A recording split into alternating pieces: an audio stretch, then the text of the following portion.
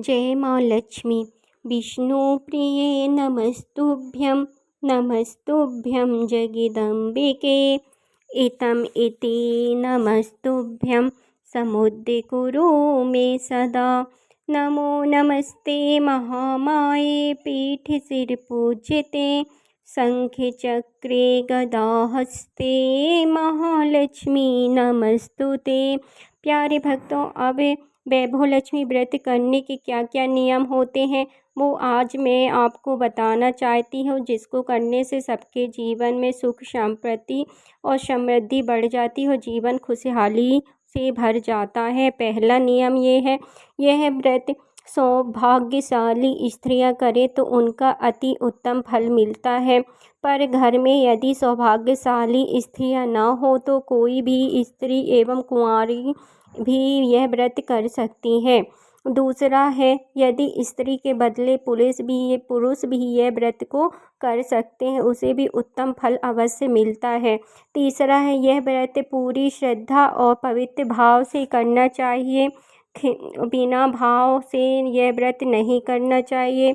चौथा है, यह व्रत शुक्रवार को किया जाता है। व्रत शुरू करते वक्त 11 या 21 शुक्रवार की मान्यता रखनी चाहिए और पुस्तक में लिखी शास्त्रादि विधि अनुसार ही व्रत करना चाहिए।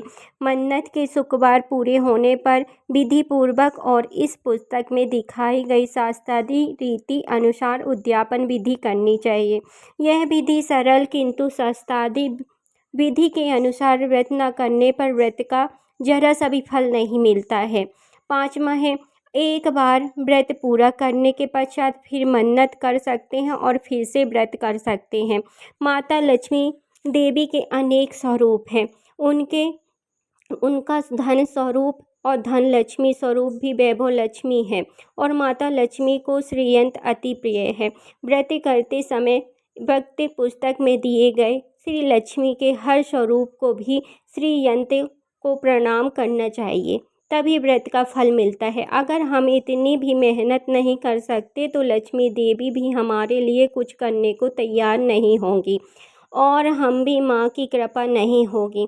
सातवां है, व्रत के दिन सुबह से ही जय माँ लक्ष्मी का रटन मन ही मन करना चाहिए और माँ को पूरे भाव और स्मरण से श्रद्धा से करना चाहिए, जिसमें माँ प्रसन्न होती हैं।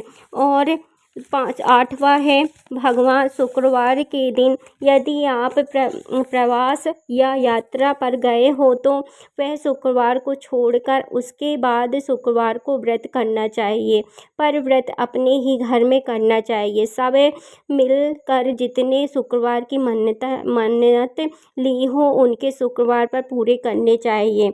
नौवां है, घर में सोना ना हो तो चांदी की चीज़ की पूजा करनी चाहिए अगर वह।